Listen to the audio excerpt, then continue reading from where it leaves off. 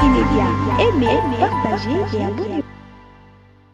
Comment ça n'a pas été dimanche oyo nazoyamba représentant ba wazalendo azaka en Angleterre asali conteneur à biloko ba loso ba nini ezokende pona ba wazalendo. Active Média. Surtout Sassou. Tala. Ce Hippolyte Azoni na Kinshasa. Je préfère na kufa pena vivant. Ba terenga ou bien la forêt mokobo. Pona no kufa vivant a terona forêt mo wende. Passer na Luka. Active Média. Mobilisation Jean-Pierre Bemba so ça na moment so mobiliser ba jeune mais ba rebelle ba avancer. Est-ce que mobilisation a un impact nini? Bon, na ça sinini, ils ont créé une guerre civile entre les rebelles. Ce pas là, ndé seulement la Kinshasa tant Mosé aloba que non, o ba population ba zwa président banani ba Rwandais ba beta bango. Ce pas là. Active Média. Na ko yebisa siko ne be équatorien. Bozala yo mo za mwana Équateur ya so bozala digne. OK.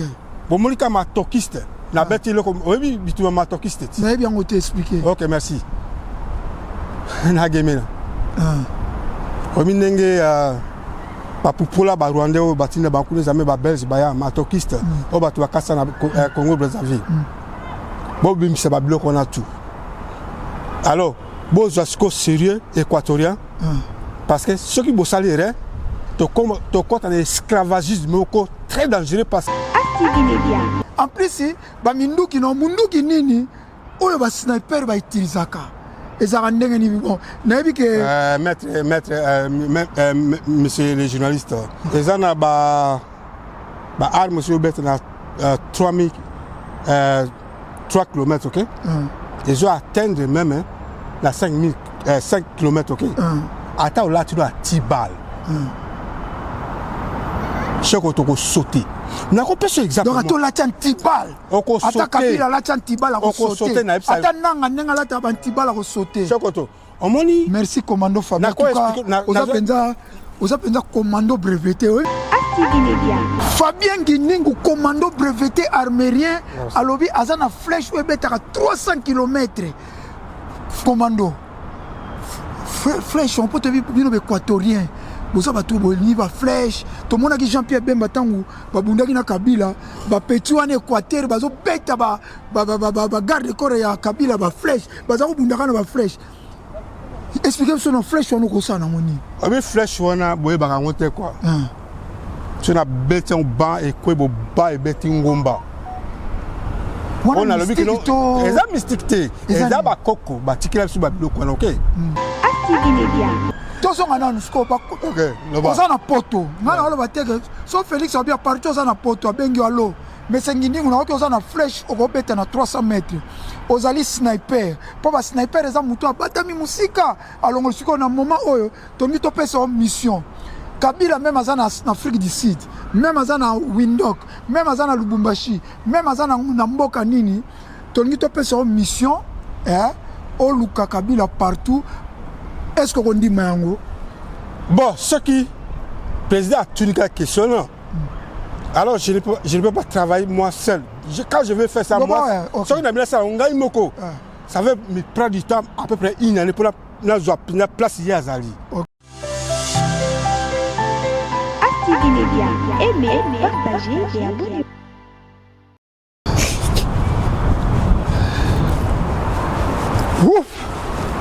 ASTV Média, la chaîne incontournable.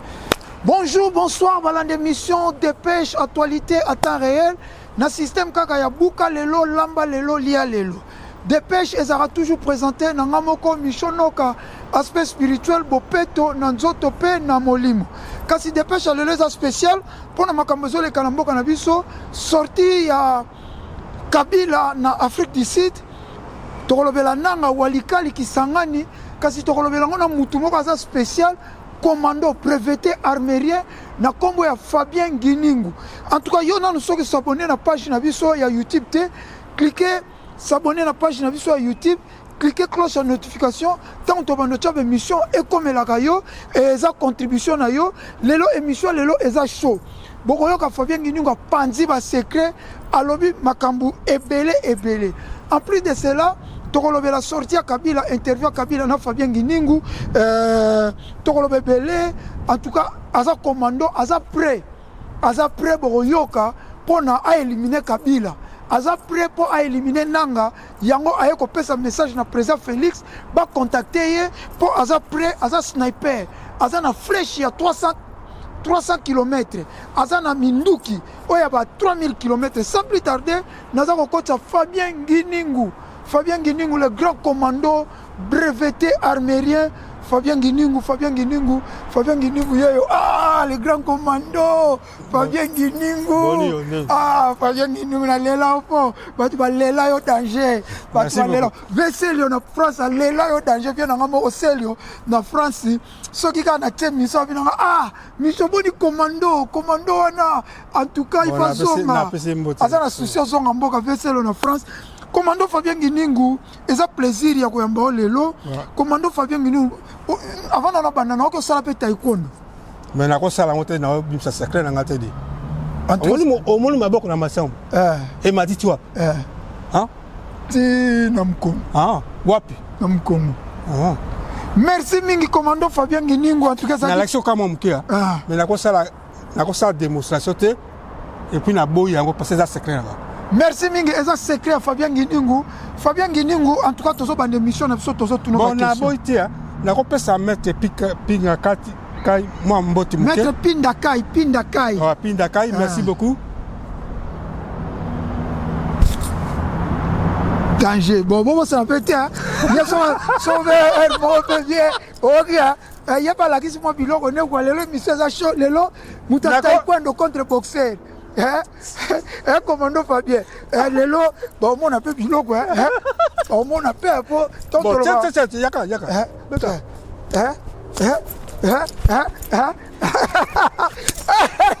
on va plus là tu gars émission lelo et la somme bino on va to bande mission la démonstration ngamoko boxer yesiko taekwondo merci Mick. Bonjour, Boavi Karanden, alobaki tokozala na Fabien Nginingu, batepele bayebi donc oya beta histoire à maréchal Mobutu, ndenge bakimaka, pourquoi ndenge maréchal alingaka tika pouvoir, Fabien Nginingu azali penza garde corps ya famille Mobutu mingi azalaki penza rapproché ya Saddam Hussein atambola trop bamboka belena Saddam Hussein ba Suisse partout Fabien Nginingu azali sous muto représenter te po batu balingaka mingi na ndenge abetaka masolo ya mboka na biso Fabien Nginingu pona ko rappeler Fabien Nginingu azali commando breveté asala ba formation na Kotakoli na Seta na Kibomango na Kachach. Fabien Nginingu azali armérien, muto abongisa ba arme.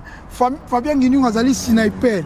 Fabien Nginingu azali bato bakendeki na opération ya kozwa ebembe ya Biarimana. Kozwa pende bemba Biarimana na kati ya Rwanda baye nango. Fabien Nginingu bakendaki opération mauvais temps. O barataka musée Laurent Désiré Kabila na Uganda. Soko koti na playlist obetika commando Fabien Nginingu na be mission ebele to ça na Fabien Nginingu. Bonjour Fabien Nginingu.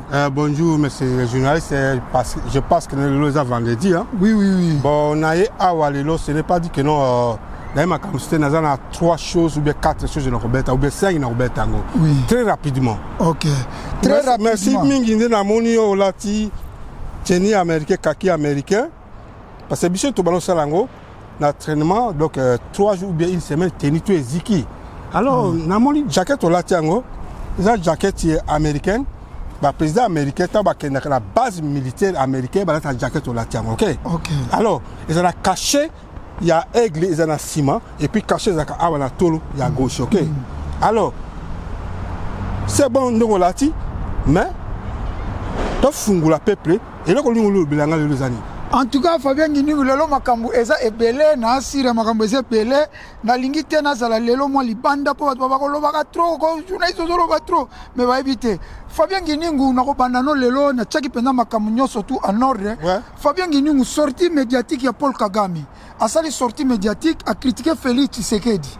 A critiqué que Félix Tshisekedi azaki moteki pizza taximene kutu a solo la na chef a Félix Tshisekedi o accompagné pizza chef wana obi asali livre tant chef wana yoka que président Félix a commis président de la République obi que type wana obi que akasimba mutu alobi ke kutu ba livraison za koka te ba ko pese ba pizza kobunga ba ko pese ke netika 10 livraison au sala ka ba 3 livraison et le gars type wana mutu wana comme président donc Kagame a critiqué Félix a bipé Félix Tshisekedi a respecté ba deal te boko ibo sala ne deal siko so comme na porte a wanga ni ne deal wana to abosa ni na ye Kagame a biso kazo kosa batu nyonso Félix a sala ba deal en tout cas respecté ça deux questions à la fois à critiquer mon bizarre et puis à respecter ba deal te attaque yope moko ya bato vani na ba maréchal Mobutu webi famille Tshisekedi bien oloba nini na critique wana omoni pourquoi la tombole maboko la ngai matisi skodo pourquoi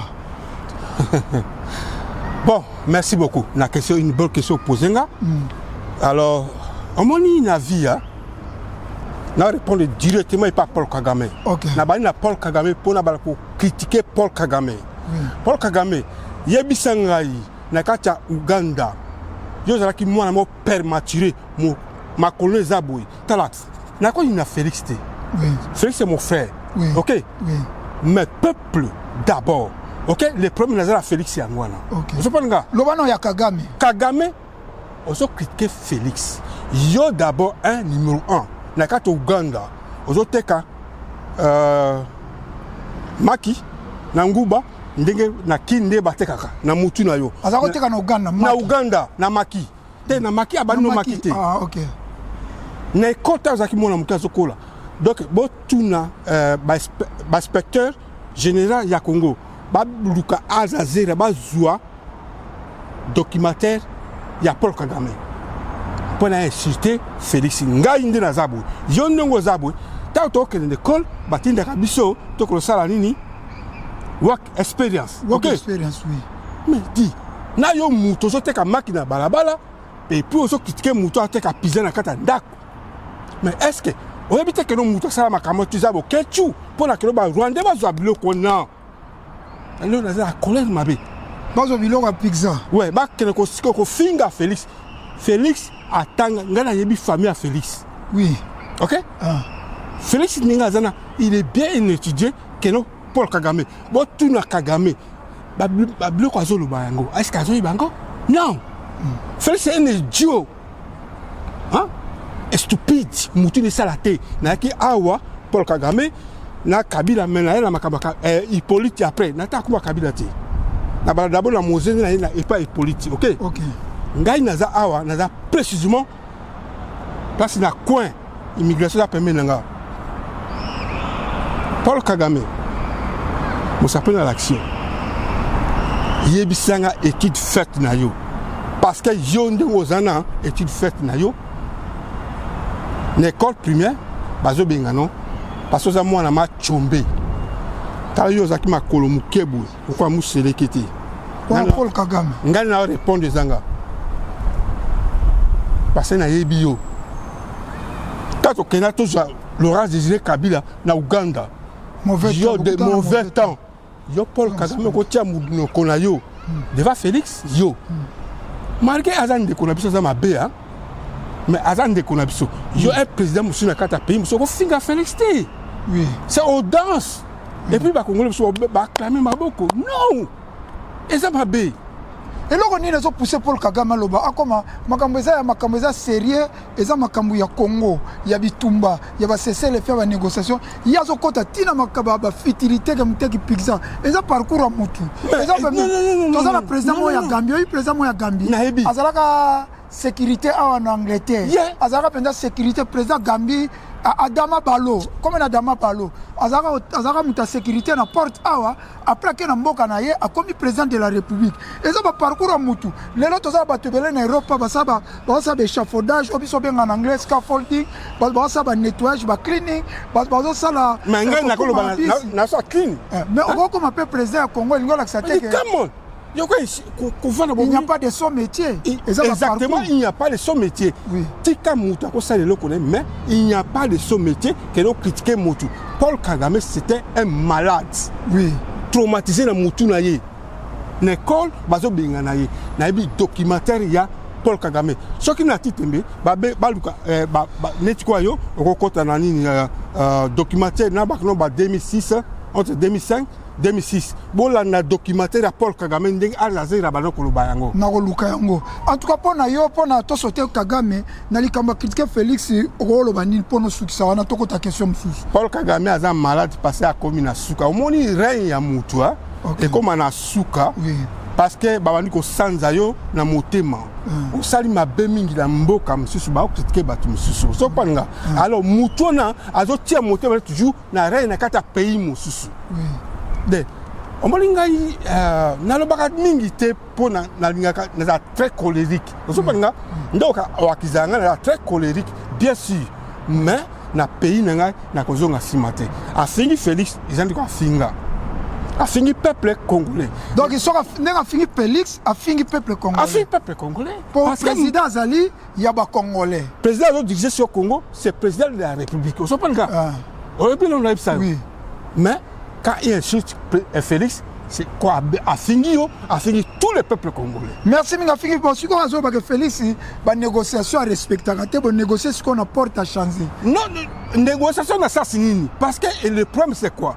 Yo ozo yibelo kwa mutu na ya ko négocier pas na yo ou bien ozo yibelo pas na nga ya bi ba négocier ka mais so ga changer position Félix non abaloli kazaka yo kanga nga na ko sola na yo tala business is a business en anglais babi business is a business yeah respecter business mais tango yo bani ko déconner business c'est pas na nga na ko casser là on directement na minute je passe yo za la kata poto OK ça et là de la c'est contre na nga OK na moni que le contrat opesi na tanga OK merci beaucoup boto landa contrat wana mais tant yo bali ko dérouter contrat na casser là directement je pense comprendre na comprendre merci mingi Fabien Nginingu commando breveté armérien donc azana ba nini tout a expliquer makambo belé ba a expliquer ba importance ba cordelette aza sniper ba minduki a expliquer ba AK ba minduki belé bon deuxième question sortie médiatique ya Kabila oyo abengana bino na pouvoir na papa na yetoloba soi-disant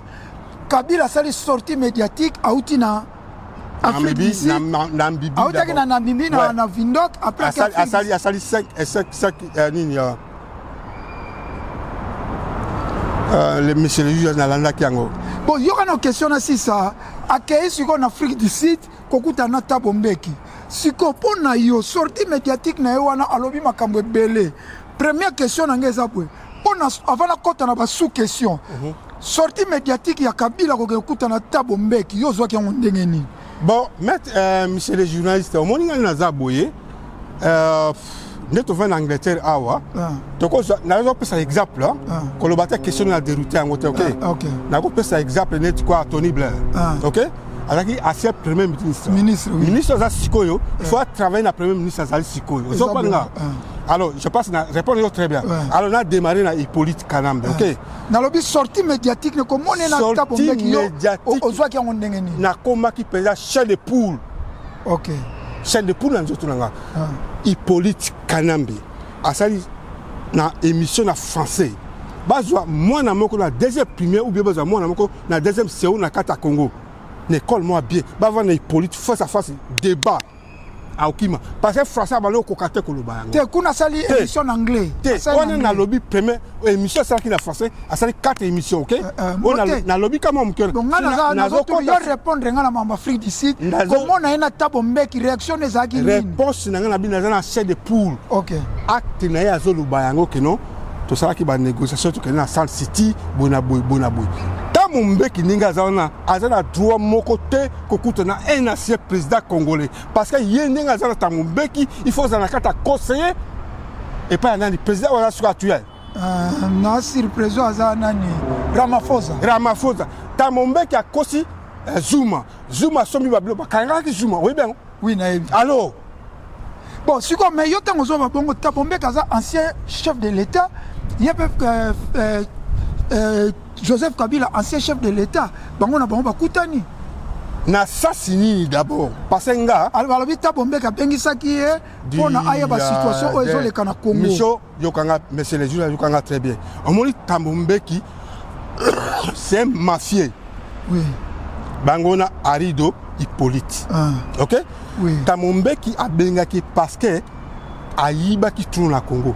Comme il est trop soifé, a poussé Nano Zuma na kati ya mafie Ok. bakangi ye ozopanga Oui. bon Tamombeki ndinga aza wana aza na droit te kobenga Hippolyte Kanambe bakuta na ete moto akobenga ezali président actuel ou aza sikoyo Ramaphosa. Ok. Ok? Oui. Mais Hippolyte Kanambe yo nani oyo président Tamombeki ce sont des mafieux, ce sont des terroristes. Ce sont des mafieux, ce sont des terroristes, c'est la vérité. Ok? Merci mingi. Bon, si on a continué à détail, il y a une émission na salaki, Kabila salaki émission na anglais. Anglais, eza émission moko ya 20 minutes. Soko lingola na émission na kota na YouTube na biso na interprétant on na lingala parce que biso ande boni bo toza na pays anglophone, nde toza l'émission oyo toza précisément na Croydon. Croydon ezali place home office ezaka immigration. Place oyo ba congolais nyonso baza na Angleterre.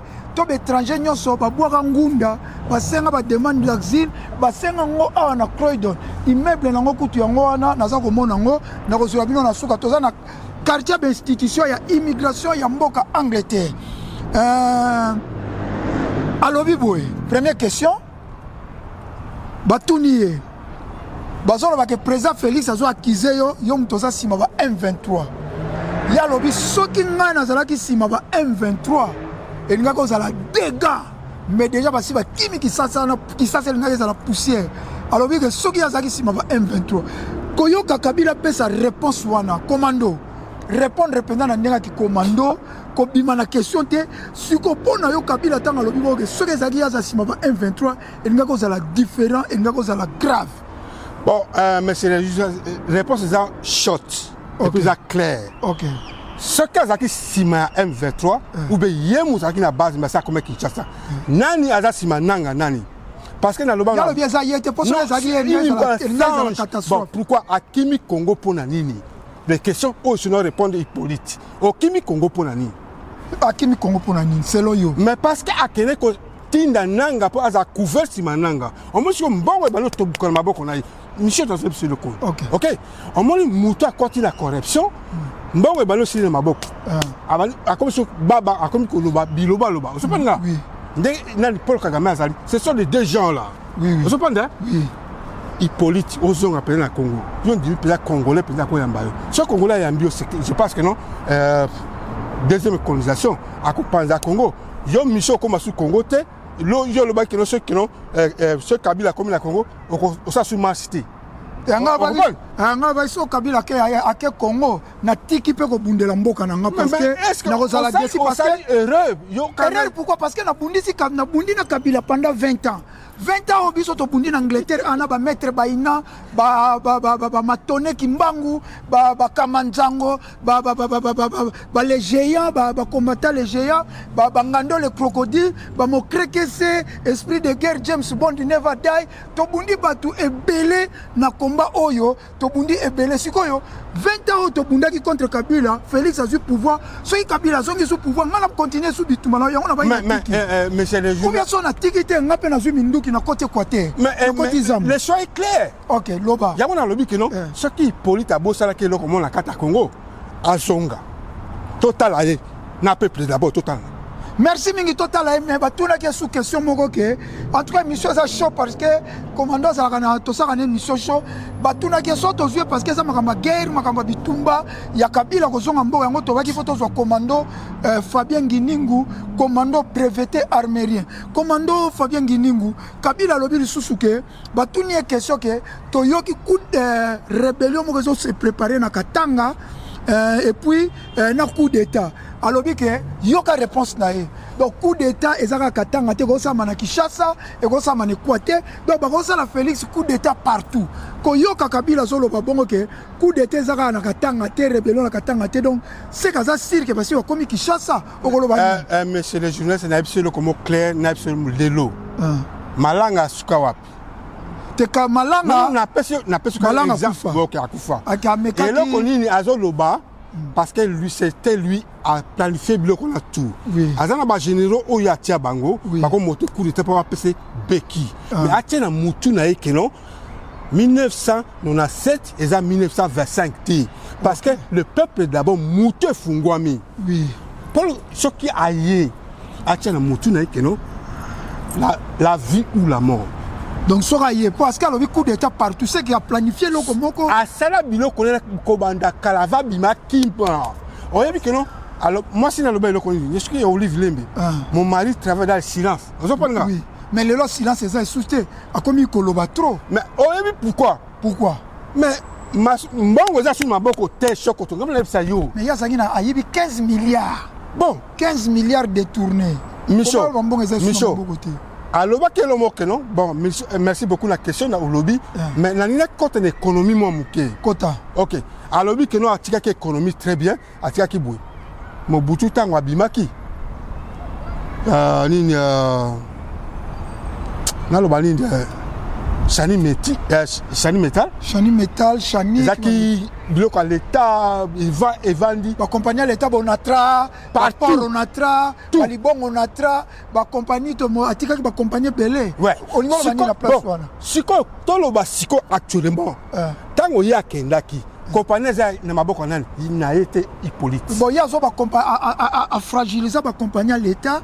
À sala ba port na ye ba compagnie na ye même il y a ba tozala ki na ba orgaman ba compagnie pela ba orgaman elongo e commencer à commander et comment o ba bengaka oyo mamo liva gera kana siko moni eza compagnie l'état na bosa ni kombo nango on comprend isiko lingo bosa le ko ngam na betelo siko so panga parce que ndenge ni tozonga na coup d'état parce que eza makambo armée ndenga zo a réussite ce qu'a réussi yango loba que no Félix nda fungule porte parce comme la coup d'état OK. Ce qui est non, Hippolyte a dit que ça coup d'état parce qu'à l'obéro bien l'Afrique c'est dans l'anda péango. OK? Azolo en anglais mais yondo joie kango autre nation na landa qui ont déjà. OK. Ba poser ma question. Abi que chose à la cahier. Ba comment déjà Kinshasa kala. Ce coup d'état ça partout. Abi coup d'état pas abi coup d'état comme ça na katanga mais ya boy katanga. Abi coup d'état pas. Si qu'on a réponse wana. Pour na yo pas tout ça ba lobi coup d'état te mengai. Selon la question Kabila a préparé coup d'état mais les Congolais musuba lobi alobi makamba coup d'état te ya préparé coup d'état te mais ba bien ngo métaphore soka zaki musuba ko ba na yebi makambo wana te mais tant alobi que coup d'état ko sala partout c'est que zo la que yende azana base. OK na Paul Kagame ce sont les deux gens là yango na lobi que non au moni les 9 pays voisins. OK. A travailler bango a pesa bango ba minerai tout bazo yiba ndenge ba na fatité ko yiba biloko balingi. Balingi ka Congo te. Na le bakeno Congo Brazzaville. OK. Surtout Sassou. Tala. Ce Hippolyte azoni na Kinshasa. Je préfère na kufa pena vivant. Ba terenga ou be na forêt mokobo. Pona no kufa vivant a terona forêt mokobo ndé. Passer na Luka via Sassou. On ne sait pas l'action. Maman sera mon bâti au pouvoir. Et puis biso d'esprit de au pouvoir. Mais yo dans l'action mon sapé ça met Paul Kagame. Tala nazala ba biloko mosusu na ko beta na télévision te. Te beta. Ah ba beta nyonso. Nazala flèche. Ko bombe loko te beta. Nazala flèche o beta kana 300 km, OK? Azana flèche Fabien Guiningu commando breveté armérien à lobby Azana flèche ou betaka 300 km commando flèche on peut te dire bino équatorien bosa batu boni ba flèche to mona ki Jean-Pierre Bemba tangu babundaki na Kabila ba petit wana Équateur bazo beta ba garde corps ya Kabila ba flèche baza ko bundaka na ba flèche expliquez sur nos flèches on ko sana moni avec flèche wana boye ba ngote quoi. Tu as bêté un banc et quoi bas et bêté un gomba. On a le but que non. Les armes mystiques, les armes à coco, bâtikila sous babilo quoi, OK. Alors, na arme à la sniper. Na cause de 500 mètres, na cause de 1000 mètres, na 2000 km, na cause de yo. Na bi comme ça sniper au cause na building mais na 5000 mètres niki mutu. Si on a une autre question, moi attaque sniper. Si quoi, n'est-ce que Kabila ma flèche. OK, flèche, panza flèche. En tout cas, commando y a une flèche Kabila azaya ressemble. Nanga azaya ressemble parce que commando na lobé la flèche te ponga mona flèche sala makambu na bitumba ya Jean-Pierre Bemba na bitumba Jean-Pierre Bemba na Kabila na Kinshasa. Panza poke ya flèche. Po tozana posa Kabila lala nanga lala po histoire ici là. Panza flèche. Ce qui est là, na barré yo, te na barré Kabila.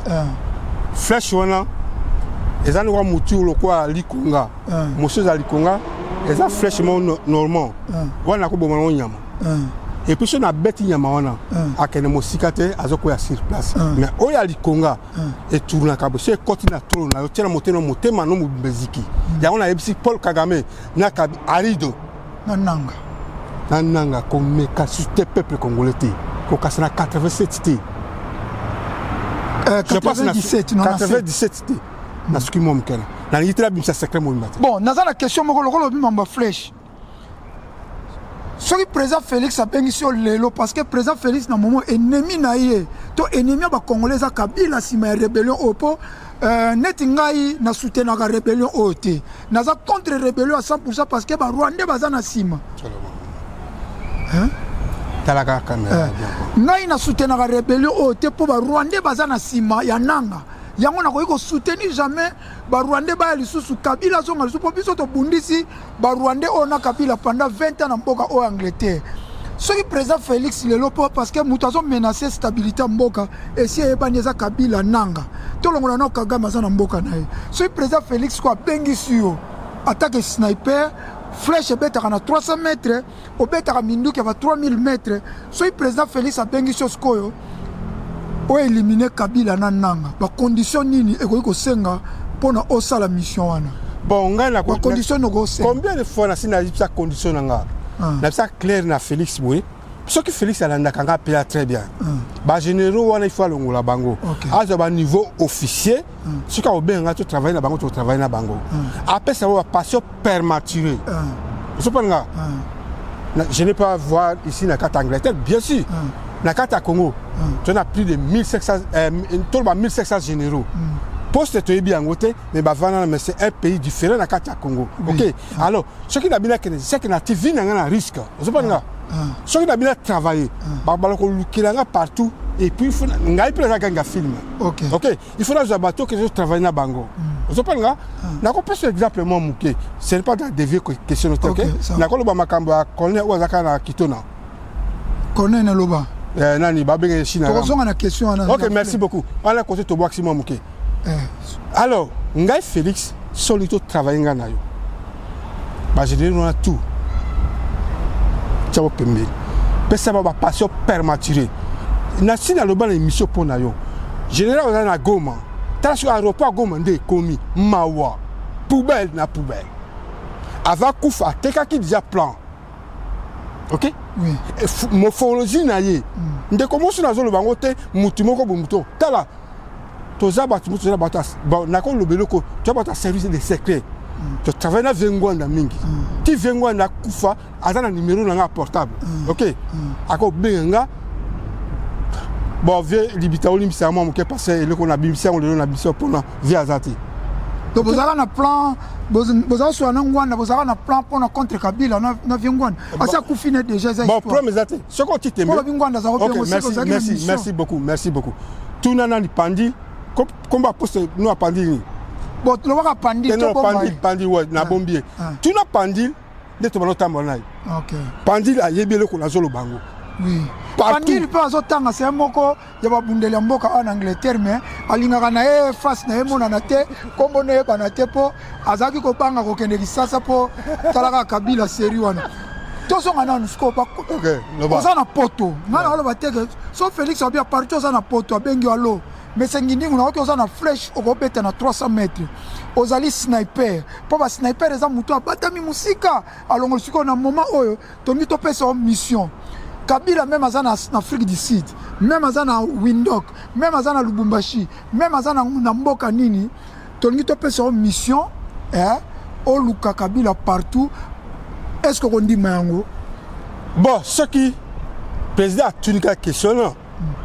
alors je ne peux pas travailler moi seul quand je vais faire ça moi ça on a mis ça on gagne moko ça va me prendre du temps à peu près une année pour la place Yazali précisément Hollande partout partout et alors ça cause de quoi au yebi le qu'on a zolo bango alors et au sein ba moyen bongo place ni partout à Zotambola il faut la poser ba bilo qu'on a tout alors le quoi la ligne moto mingi na lingi voiture te moto quand donc moto na zolo partout et puis ça moto puissant Ok. Osopanga. Ok. Ça a démarré, a démarré. Nazola ni na sima. On a mission na dévoilé secret dans les gens. Bon, le problème est que mais si c'est que les senga bon on a na lobby.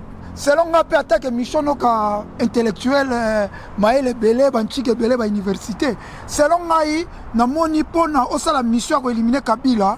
Nenga zo tambola. Ezo senga nanu selon nga walanga. Il faut appeler son nom passeport diplomatique. Passeport diplomatique pour permettre yo au tambola bamboka nyo surtout sans contrôle oza protégé na passeport diplomatique. Mais combo anate unazana otozala ngwati. Te kasi ngo tiba osalo na combo mususu. Siko deuxièmement il faut osala connecter na ambassade nyonso au place ya Afrique du Sud, ya Windhoek, ya Angola, partout place Kabila kendaka. Wana deuxièmement, wana ngam na oloba ya bandeko. Troisième mission, il faut appeler ça yo oseni moto. Donc il faut ça na moto mo ya vitesse na Afrique du Sud. Na Zambie exactement il est là na ambassade nyonso ba tcheli o moto. En plus ba minduki no munduki nini oyo ba sniper ba utilisaka. Ezaka ndenge ni bon. Na yebi ke maître monsieur les journalistes ngana ko pesa yo ba biloko station na bina lo bango ezani ko la tek ba secteur. OK, merci. Ezana ba arme sur bête na 3000 3 km, ok? Ils ont atteindre même la 5 km, ok? Attends, là, tu dois 10 balles. Chaque auto peut sauter. On a compris ça exactement. Donc, là, tu as 10 balles. On peut sauter. Attends, Kabila, là, tu as 10 balles à sauter. Attends, Nanga, là, tu as 10 balles à sauter. Chaque auto. Merci, commando Fabien. En tout cas, oza penza commando breveté oyebi ke na ndima ko penza po bato ba ndima ko tenga na fana na commando aza penza commando ya solo ya faute na lobby boya pe aza sergent on ni garde no sergent ya na premier sergent aza premier sergent soko to na biboya siko soko longwa c'est pour que la carte mo place soko longwa on nga grade wana premier sergent mingi soko longwa di premier sergent ngo commandant na nyala comme sergent major après sergent major adjudant. Ah, aux Aguinas nous louent. Ok. Explique. Ok, ça va. On dit pistolet nazana. Donc, Mindou qui me fait ça pendant tout la tibal, tout est toboli antibal. Donc, nanga zola tibal, nous on est en carrière. Tala, on dit à tibal là. D'accord, explique. Vous avez bendi moko zola comme carrière. Ok. Alors, ce bol comme mutu awa, on zoyeti. Ok. Il faut que mingi na Brest naie. Ok. Babé on anglais ni awa. Babé on. Ah, venga, on. Soda. On dit soda là, awa ndé, motema, mais soda zalaka awa. Ok? Awa, front, ok? Si on a raté, on a kozo awa na litoi. Wana bino ba sniper. Yeah. Donc awa, to awa. Ou bien na kozo awa. Ok? Bon, zeno on a toutes nos questions moko. Wana tolobi pona Kabila. Siko nanga aza mingi na kati ya Congo. Soki balobo éliminer nanga na Congo siko ba peso tous les moyens za nango. Est-ce que c'est possible? Tala. Nanga aza na Congo kota penda kota ba rebelle. Nalobi attaque sniper. Naloba bien que non nanga oluki liwa na swanga na téléphone et puis na swanga to ça l'émission ngana OK. Oui, c'est ça. Je pense na biki non nanga oluki liwa. Alors tiens mutu na yo. Oko tikaka ko diriger Congo te. Place yo ke eza liwa na yo. OK. Parce que biso ni to za awa ngai na zabwe na ko zonga teke non Hippolyte ya ko diriger te yo nanga Paul Kagame a ko pesa ordre na kata Congo te itaki yo ozo kene pa ya Hippolyte. OK. To sur la mettons sur la télévision. Oui. Na peuple. Alors peuple bola nanga très bien. Bon on a évité ce qui me chose à ma comme ça bon siko to si wana en tout cas nangina le président Félix c'est un commando breveté. Président Félix, c'est un commando, breveté, sniper. Sniper, ils ont 3000 km, 2000 km à éliminer. Ayebi pe ko beta flèche. Ba flèche ba soda pe ba beta ya yebi yango. Aza nango même ananda kune na poto, aya nango. Tamba oki mayaka nango pour la protection. Zeno na tuno. Oye que bino tipo comme Maroc. Na Maroc vous avez la maréchal Mobutu, vous avez na arme, to vous avez sans arme. Mais bien sûr, ils ont dit que non, français, dit que non, sécurité la Mobutu jusqu'aux dents. Ok. Ok. D'accord, c'est le Mokbou. On va les flirtations dans la carte Congo. J'ai mission de Ngozana. jusque na suki na yo au moins suki za pembe bo tena mutu suki za pembe za suki makambo. OK. Infiltration c'est la Congo jusque la cheveux à congolais mais congolais azo comprendre yangoti. Comprendre? Je pense que nous le lobby n'a expliqué moi muke. OK. Jusqu'au dents tout ça qui na Maroc tout ça qui Mobutu bien protégé jusqu'à Liwana yi. Ba français ba journaliste ba kita France 24 ba kita RFI ba nan ba kita. Moi to za photo Mobutu boy exacté. Banan va zo photo Mobutu. Ba français. Ba français pour sécurité zaki même na malade na zalaki na mbeto ezami na zaki na morgue. OK. Ba journaliste ba lingi déjà morgue. Pour ba zo ka image à cerquer. Et ba tiko zangote. Bozaki temna botozo na président Félix bato bazotia désordre na mboka ezali Kabila na nanga commandant Fabien aza prêt attaque sniper soki bobengi bosolola na ye ake na ambassade ake ndo bosolola na ye abanda opération po toluka to éliminer bango bon to kota siko na masolo ya ba guerre attaque commando Walikali babotoli Walikali tango oki Walikali tombe pour nous autres qui ont bon, est-ce que tu as eu chaque fois je pense que non, Walikali les a qui tombé, je pense que c'était des jours passés. Oui, oui. Dans l'année qui ont déjà. Au moment où Walikali s'est tombé, parce que Walikali les a directement et contact qui s'en nous ont pas la frontière. Je pense qu'au Kassaté, nous avons la carte de Moutounanga. Oui. Ok, Walikali les a tombé. Pourquoi Walikali les a tombé? Au moment où, quand nous avons awa, non? Félix Longola tout bas généraux. Longola bas officier. Longola tout officier parce que nous sommes infiltrés jusqu'au chevet. OK. OK. Azoka ngate, nasalani. Mais si qu'on vitesse au net aux solano boy, ba rebelle bazo progresser vers Kisangani. Mais quand on expliquer biso attaque mutu o kenape opération kuna tina ba Rwanda. Ce qui va botoli lelo Kisangani. Niveau ya guerre comme ndengeni. Mais ça va botoli Kisangani comme sur porte Équateur parce que frontière Équateur c'est là Kisangani. You got it? Bon, parce que Lubumbashi de Équateur. On dit les premiers là quoi? Ça vous comprend les bien. On dit Kisangani les a les hommes sont très forts dans l'Équateur. Vous savez pas? Oui. Tala. Kisangani est très fort dans l'Équateur. On dit Kisangani est en tombé en Banoko. Vous savez pas? Banoko tout à fait Sikamoko. Hippolyte a yébé Kisangani est tombé. On dit Mobutu a quoi 50. Ponga na yebi ke Mobutu na mbet hôpital. Alors va penza que Kisangani ko yaté. Donc Kisangani ezali ville stratégique ya guerre. Ce qui est tombé Félix a commis un danger permanent. Pour ma frère qu'on font mebele. Effectivement. Parce que le problème c'est quoi? Tala. Félix qu'on négocie na un terroriste ti. Mais bitumbazo avancé à négocier. Le problème c'est quoi? OK. Négociation ni négociation, OK? Bitumbazo na kati ya Congo, eza ba multinationaux. Ezali 9 pays voisins de Babunisa biso Congo. Parce que balingi biso te chokoto yokanga très bien lelo. Balingi biso te malgré ou pepe zali, mali les ali menaye ko telema awa pona loba. Et on a la t-shirt. Malgré moi moulunge mukeme nazala malili pona lobango. Oui. Les 9 pays voisins balingi biso te peuple congolais. Tous à un peu sérieux. Yeah. Tolingambo kana biso tous à uni. Yeah. Tala. Luka ka général moko tuna sula naye bena Swahili oyo ka Swahili naye. Luka Congolais Brazzaville tuna ka question na lingala oyo ka lingala naye parce que mboka les a infiltré jusqu'au chevet. Yango toza siko so Kisangani tombé loko ni to sala siko parce que fungoli Équateur Kinshasa banzela to fungwami. Bon, na moni bembazo a mobilisé par mais na moment héros zo mobilisé bon ezaba blo mosusu hein. Eh bon, merci min commando. Merci. Question que tu as na malobano moko. Mobilisation Jean-Pierre Bembazo ça na moment zo mobiliser ba jeune. Mais ba rebelle ba avancer. Est-ce que mobilisation a un impact ni? Bon, na ça sinini, ils ont créé une guerre civile entre rebelles. C'est pas là. Ndé seulement la Kinshasa tant Moselle le bac non, o ba population ba zo président banani ba Rwandais ba beta bango. C'est pas là. Les salles, je passe des flèches maintenant. C'est pas là. Tous les peuples au bazar Kisangani va préparer le Conga, de ba peshaka ba mbisi na ba bali ba monyama. OK. Mais dit comment chokoto.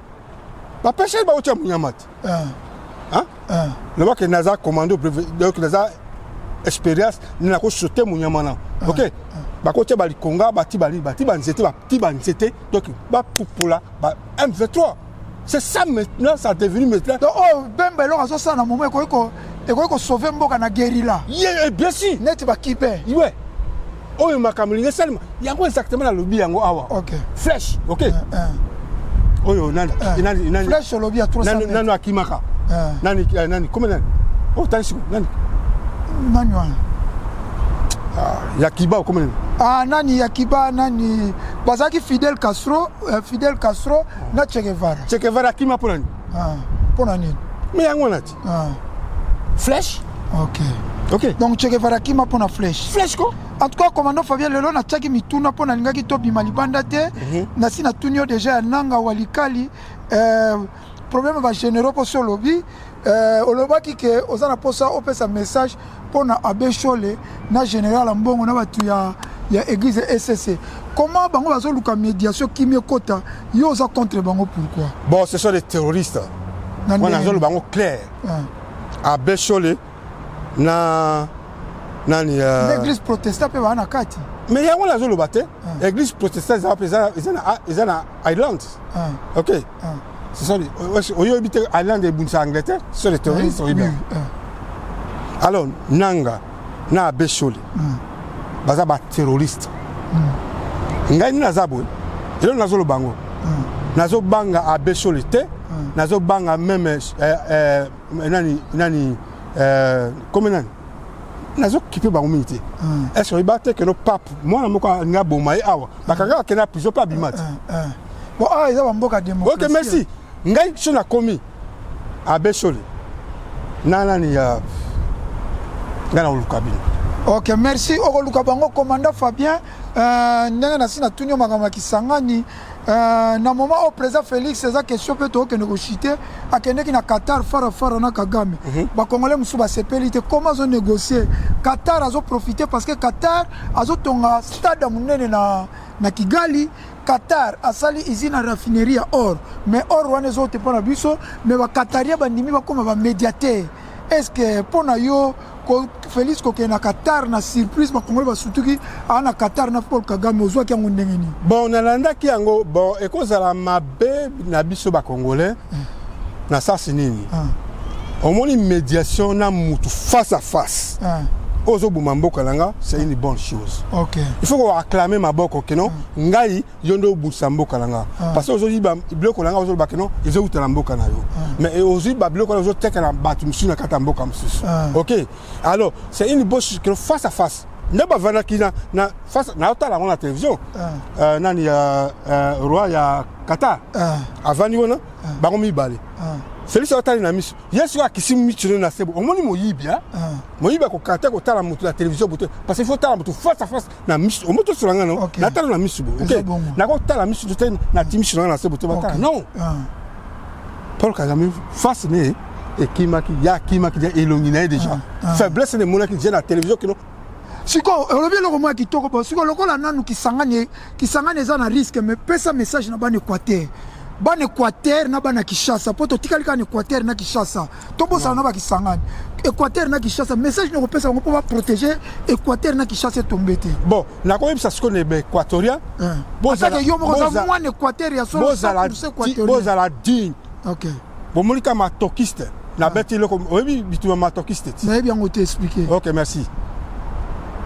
na gemena omi ndenge bapupola ba Rwandais o batina bankune zame ba Belge baya matokiste o batu bakasa na Congo Brazzaville bo bimisa ba bloc on a tout alors bo zasko sérieux équatorien parce que ceux qui bosalire to compte en esclavagisme très dangereux parce que et loko bazo ya nango c'est grave bana Kisangani boyomba singa mombi bula la pongité boza bando bona munene ona obimisa bambisi na kata mai bobimisa bo bloquer porte Kisangani bo bana Kinshasa olobani bana Kinshasa na Kinshasa po bitumba pe okoma soki au moins le premier à Kinshasa loba l'équipe bango trop jour aussi na landi soki comme nani ba bengi nani oh soki porter parole ya nini ya bon olim ça na déborder moi que na question tunga nani comme nani ya nani oza pas nani ya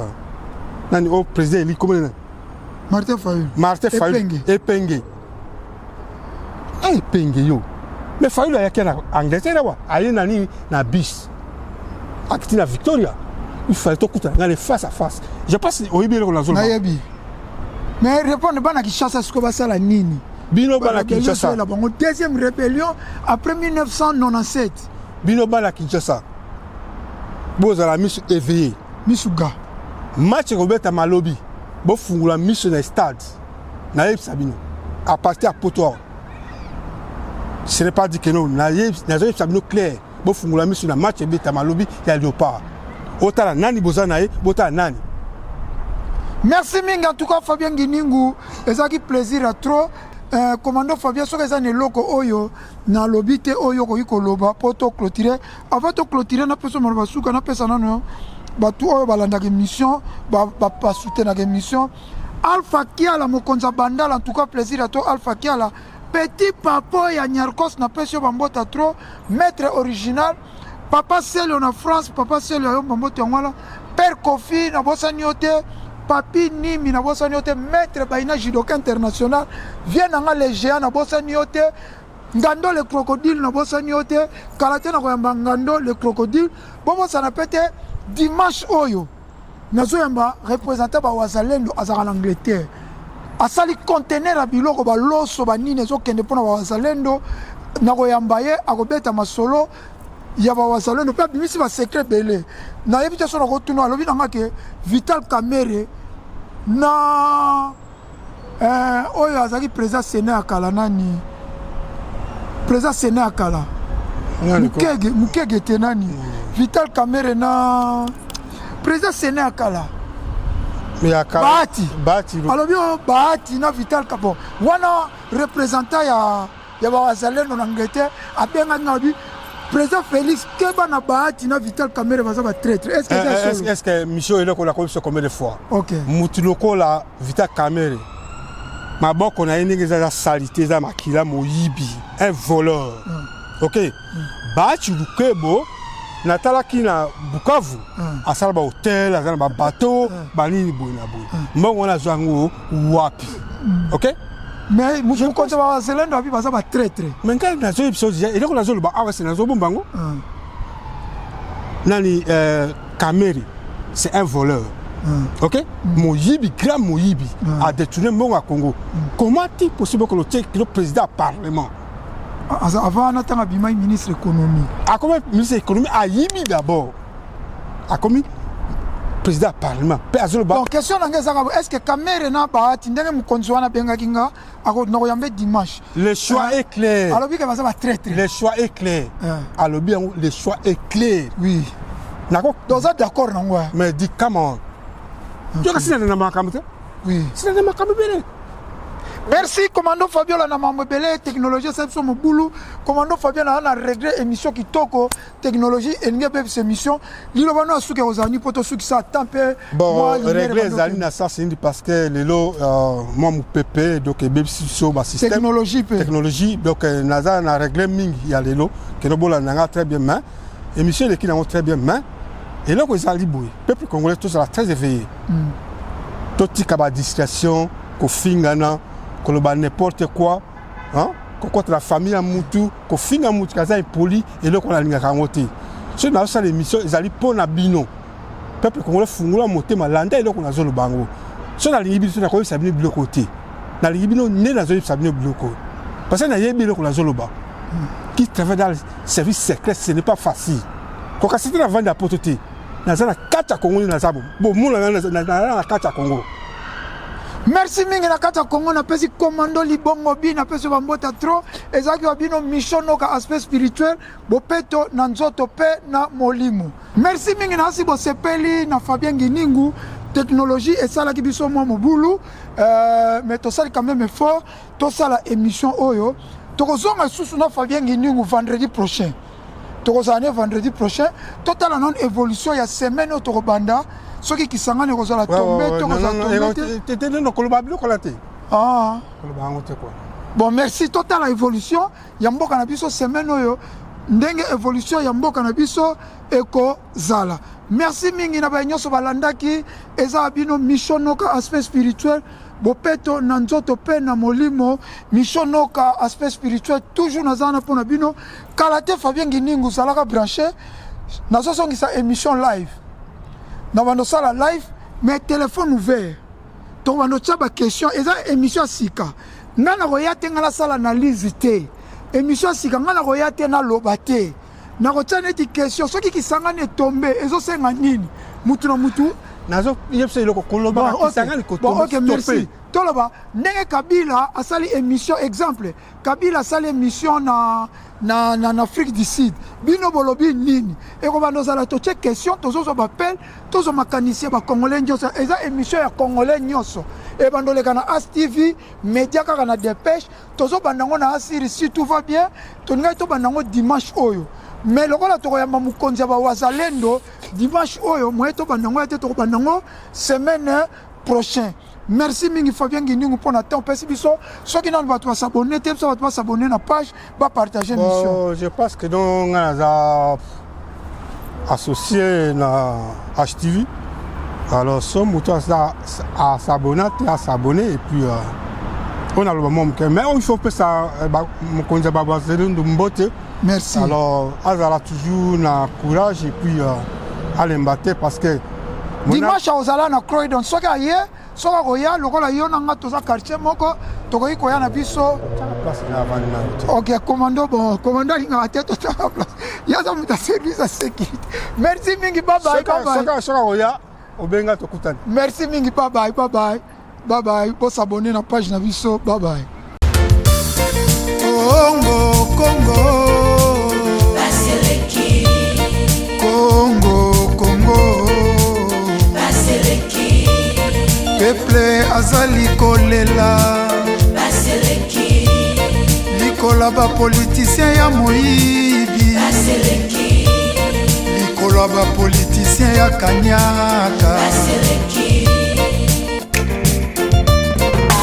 likolo nyonso koyoka masakre na Beni Ituri minembwe kokende mikolo nyonso koyoka bayibi ba million na mboka banzela ezate dele sage maya microbe peuple azali kolela Baseleki.